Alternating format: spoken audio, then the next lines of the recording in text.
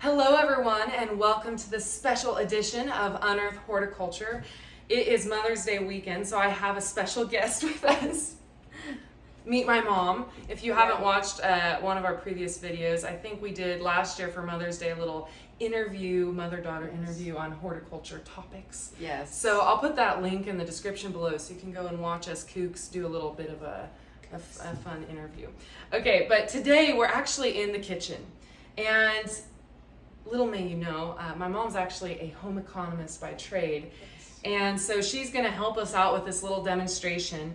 One of my trademark plants on the bus is edible flowers. I have some nasturtiums here, some scented geraniums, and some pansies.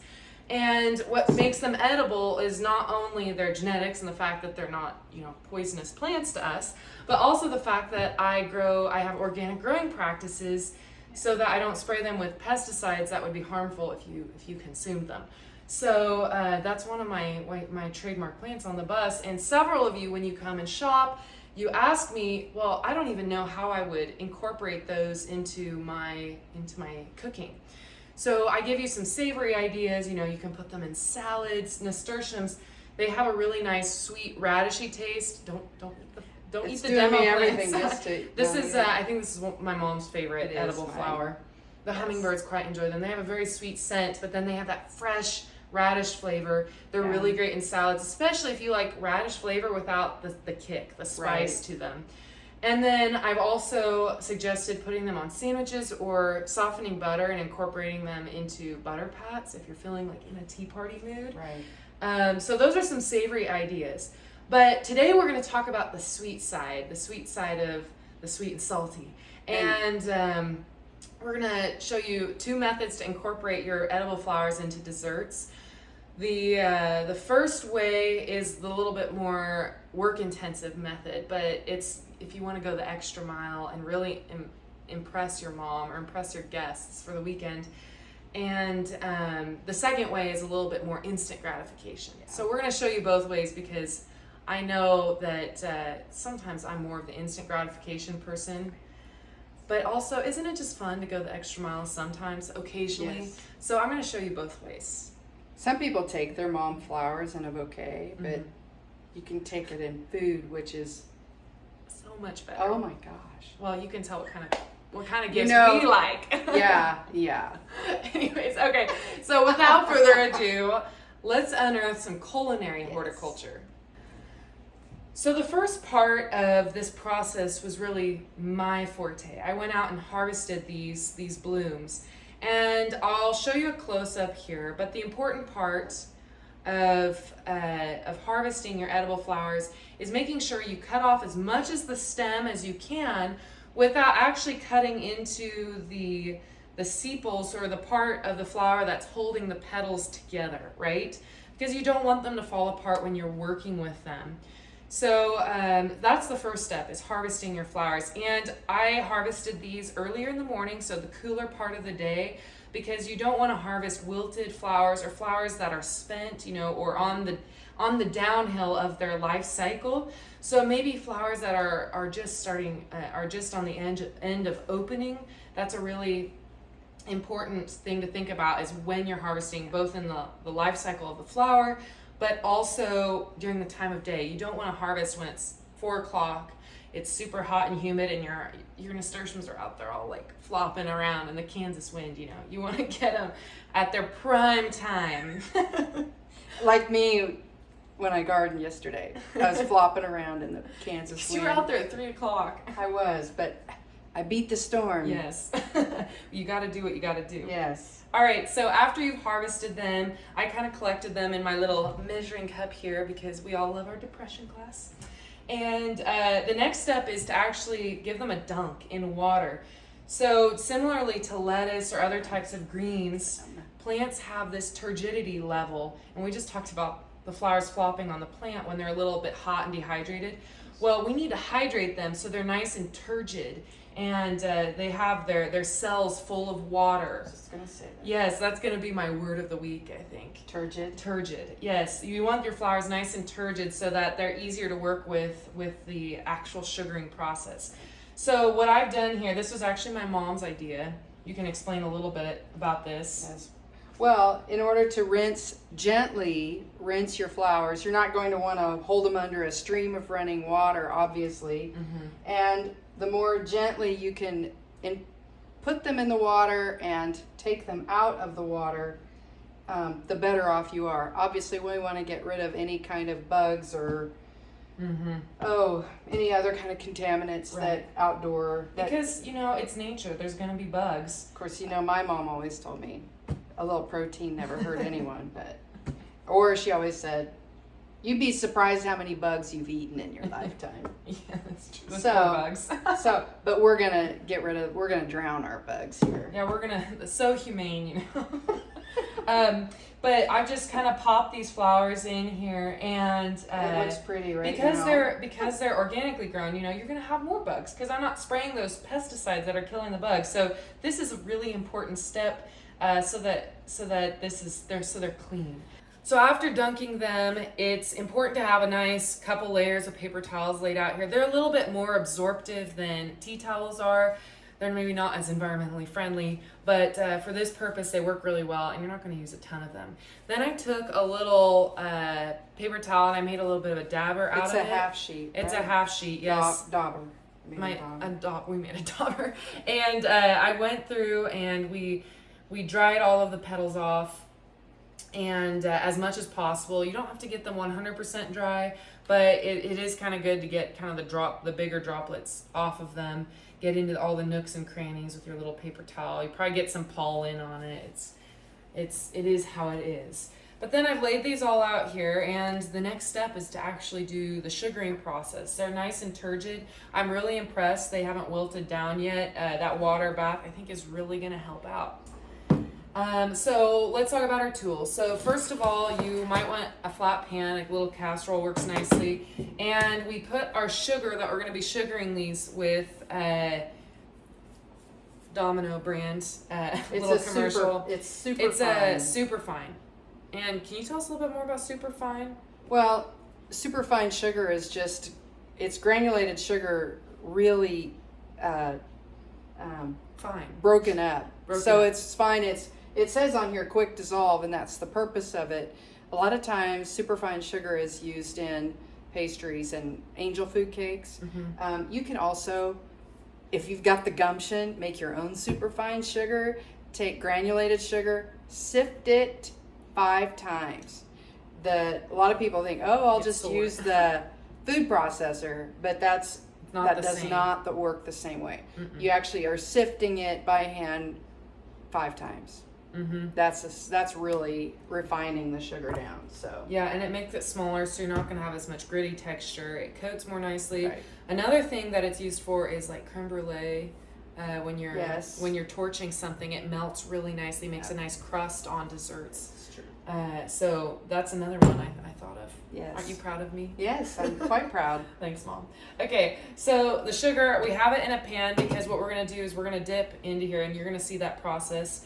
And then also, this was my thought. We didn't actually, when we tried this the first time, because yes, we practiced before this video. You may not be able to tell that. But these are silicone tongs, and it's really important to brush on the egg white on the entire flower. And so it's important to have something to hold those with. And I thought this would work better than tweezers that are metal that could break the flower petals. So we're going to give these a go. You'll see how this works. Then you're also going to want brushes. You're going to want brushes. These are actually just craft brushes. And honestly, they make culinary brushes, and I would have liked to use those, but I didn't have one on hand. And who has culinary brushes at home? So this is a little bit more user-friendly video in that way. So what you're going to want is maybe something with a point on the brush so that you can get into the nooks and crannies, maybe a flat brush so that a bigger, wider brush so that you can get those strokes on the petals. And then also as fine a bristle as you can get on the brush is going to help you out a lot.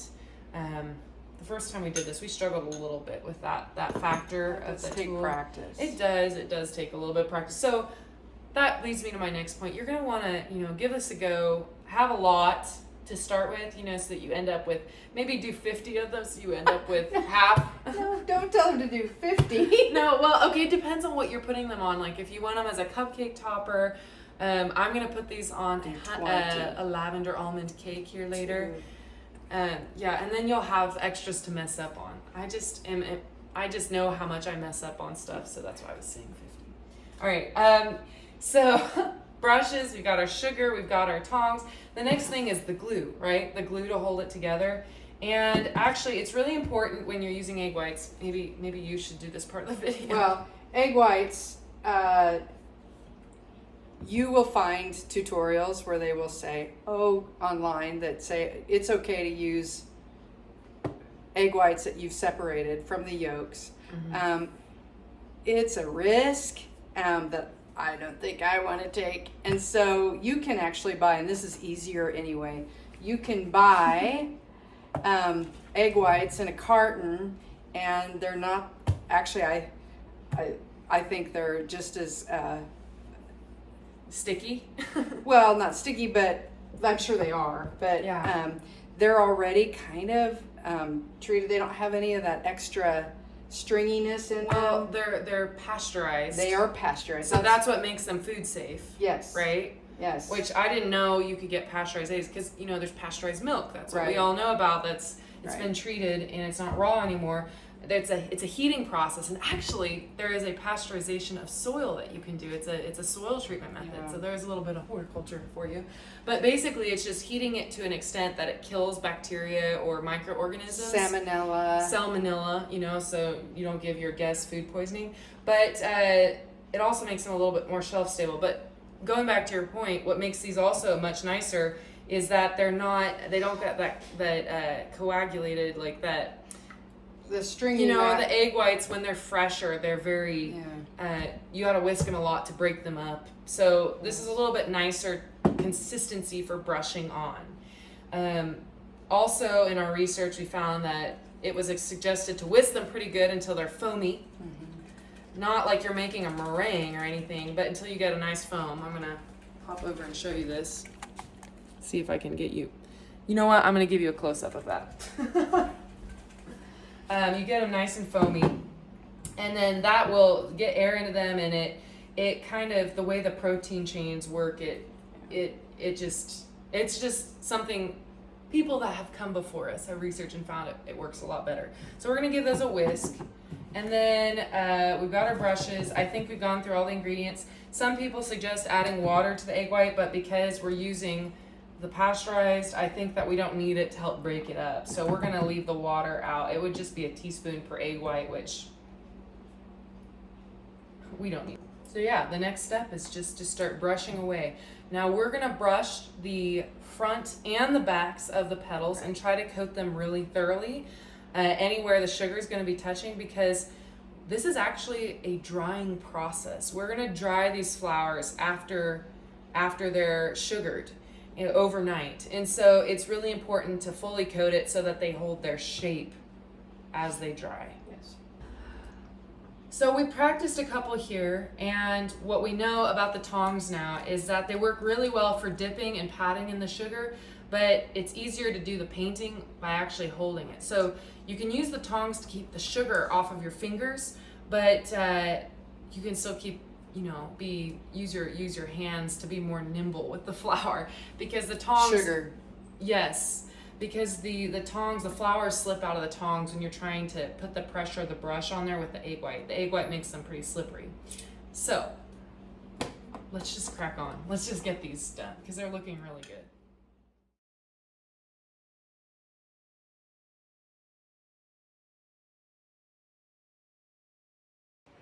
All right, friends, so we've got our little platter of edible flowers. I'm going to try not to dump them all off by trying to show you. I'll give you a little close-up. These are going to go in the back north room of the house where we can shut the door, the guest room, and they're going to dry overnight, and then I'm going to show you the results tomorrow. So let's do a little in review of this process, because we changed a few things up since the first time we did this, and there were some things that were better and some things that maybe we would do differently the next time. So we want to maybe imparts that knowledge to you. So the first thing I would say that I would probably do differently is maybe dusting the sugar on the flowers rather than dipping them. Would have been a little bit better, just because we had it started to get really clumpy in the bowl, and the superfine kind of diminished the superfine part of the sugar. So that would be my takeaway. Was there anything you would have maybe done differently?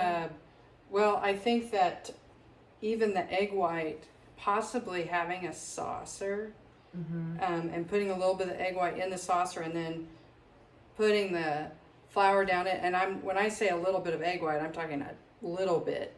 And then when you're painting it on, it's coating on the front side. If you're painting on the back, right, then it's coating it on the front double side. duty. You lift it up and then boom, done, and then sprinkle it. I think that would have saved some and time. Sprinkle it over the casserole. Like keep the casserole, but sprinkle it with holding it with the tongs on both sides, and then putting it on the parchment. I loved the innovation of doing these face down for drying, because the nasturtiums really clump up. And then the other thing we found out, because we brushed a few of these while we were working and knocked them over, and once you put the egg white on, sleeves are a thing. I caught my sleeve on a flower and it ruined it. Yeah, once you put the egg white on, and you leave it to dry, it's done. Like if the petals like fold on each other or whatever, they're gonna be permanently that way, and there's no fixing it. It's kind of like a tape situation, you can't get tape unstuck from itself sometimes. So that's kind of one thing to keep in mind. Was there anything else? No. I think otherwise the process worked really well. The craft brushes did a lot better. It was easier to brush the backs, but like if you had the saucer and did the sprinkling, otherwise I think this is pretty good. We thought about putting this parchment on a cooling rack to help with airflow to dry them more evenly. So I think we are going to do that because it wouldn't hurt anything. Right. So as long as your cookie rack doesn't have super big mesh. Cooling rack. Yes, I'm thinking like your cooling rack. The as long as it doesn't square. have big mesh in it, because then I could see where the flowers are kind of. But the parchment will keep them from going through the mesh part, and getting weird indents on them. So, yeah, let's go take this back there. Okay. Good morning, everyone. We went ahead and pulled our sugared flowers from the back room, and it's very interesting to see how they turned out, and I'm going to give you a little bit of an up close here so you can see. What I'm very interested in is that the pansies turned out really pretty well. I feel like we're on the heavy side of the sugar. So like we mentioned before, I think we mentioned that dusting them with sugar, sprinkling them rather than dipping them is how we would solve this predicament. Although I still think they're really charming, and so they're going to look really pretty and old-fashioned. The pansies look really great. The nasturtiums, I'm not so sure. So if we have fails, I'm going to be taste testing and giving you my opinion how they taste. Yes, we're gonna definitely taste them and give you that viewpoint in the video. Yes. But I promised you a simpler way to garnish your cake. So we did or garnish your desserts. We did the sugaring method here, and I actually baked a cake yesterday. This time of year is very special to us because not only is it Mother's Day, but my mom's birthday is also today, and I'm making her work. Well, major props on the cake. This is my birthday cake, and so it's an she almond did a lavender very, cake. Yeah. I'm gonna actually, if you want the recipe, make sure you message me because it is delish. It's really her recipe. Well, Mom's more of the cook, and I'm more the baker in this I household. consulted on the recipe. Yes, you did. Anyway, so I think we should just go ahead and transfer some of these off the parchment onto this plate so that we can have more room to work. I really liked using the cooling rack. I think that they dried faster. Normally they say about 24 hours, but we did this yesterday afternoon and now this morning, so it's been less than that, and they seem fairly dried out. I will say we did a trial run with this using actual egg whites that we cracked and separated, and those took like 3 days to dry, which these only took about 12 hours, and so I was very impressed. So the carton egg whites are the way to go with this. I think definitely for sure. Carton egg whites, sprinkling, See, we're testing and perfecting the method for you here. Yes. I'm just being very fragile with these as I'm pulling them off. Some of them did stick a little bit to the parchment, so you can kind of work them off without breaking them. The nasturtium are a lot more fragile than the pansies are. And it's because of how their petals are attached at the base. Yeah, that's a nice one too. I'm just pulling all the pansies off. The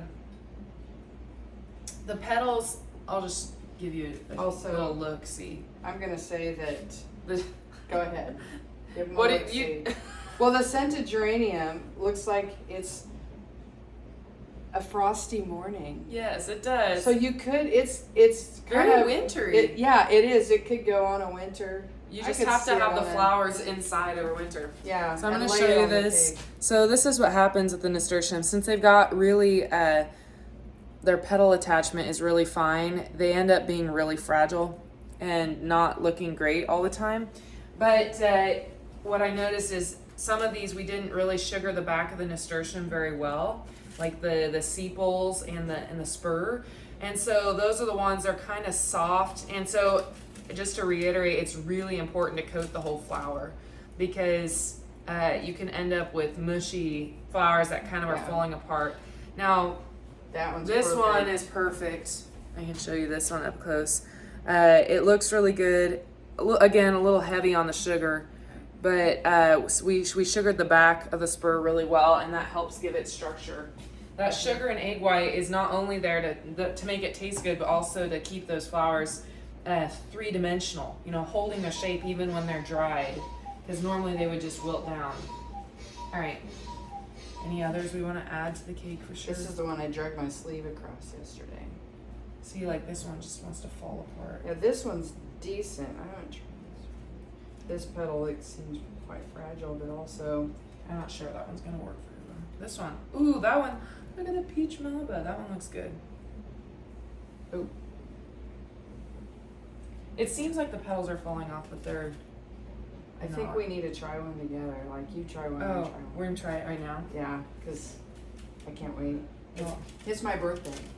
it's gonna be a mess up. All right, ready? Yeah. Cheers.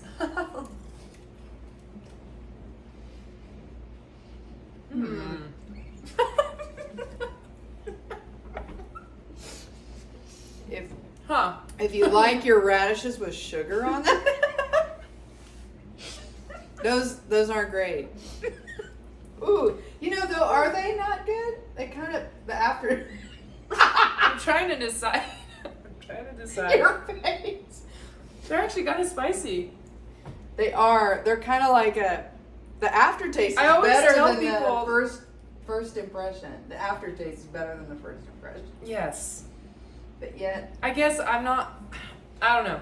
They're I know pretty. the pansies are good They're pretty. because the pansies taste like mint. Yeah, the pansies are. The nasturtium, I'm thinking what might be best Garnish. is the second method that we're going to show you here. So I'm going to put this aside.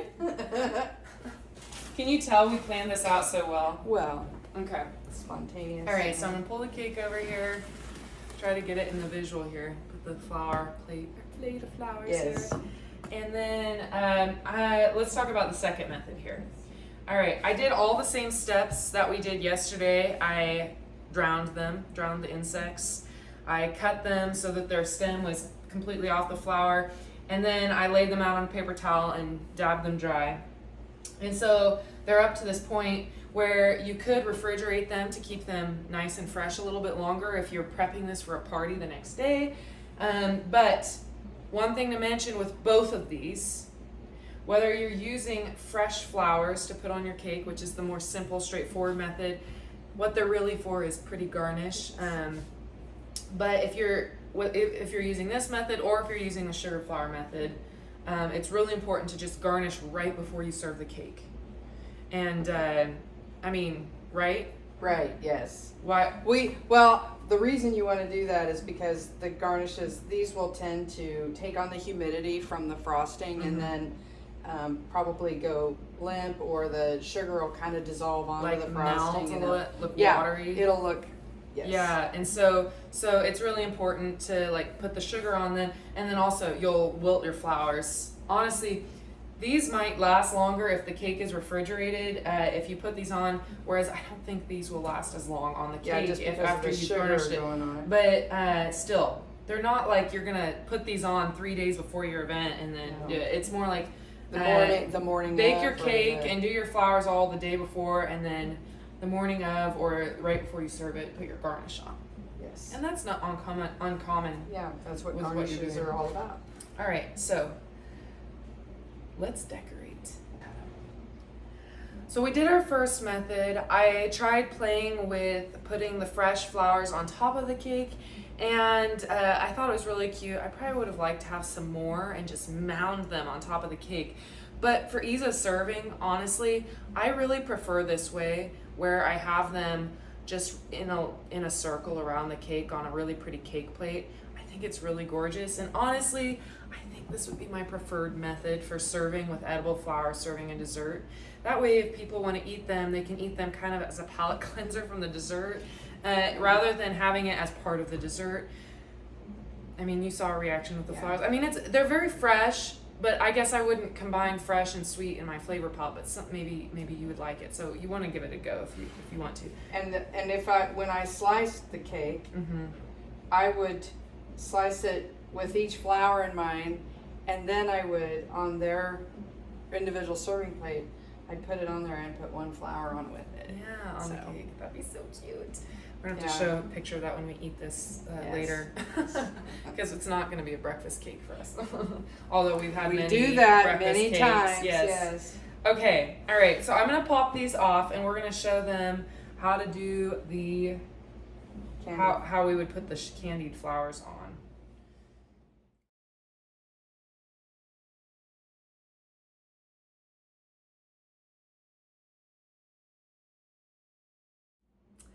So there you have it. You have your nice little sugar flowered garnished cake. I think it turned out really pretty and old fashioned looking. I really think it's a showstopper. It is. It's a wow factor for any tea party that you plan on having. I think we all learned a lot from the process of making this video. Yes. And personally, I think I would prefer the fresh flower garnish. But it's just two different looks, two different serving Yes. methods. And people don't have to eat the flowers if they're afraid of eating them or Right. not wanting to try something new. But I think the pansies taste a lot better because their flavors mesh a little bit more. They have more of a minty flavor than that radishy flavor, and I just think of radishes as very savory. So it didn't quite work with the sugaring with the nasturtiums. No. Plus the pansies are flatter, so they work better with decorating the top of this cake. So just in hindsight, sugaring method, I'm going to stick to flat flowers like pansies that have more of a sweet tendency. And then as far as fresh goes, it's okay to throw in some of those others like nasturtium, scented geranium. And so yeah, I'm very excited about this. Happy birthday, Mom. Happy Mother's Day. Thank you, Renata. We'll slice into this in a bit and see how the lavender almond cake tastes with sugar pansies. Yeah.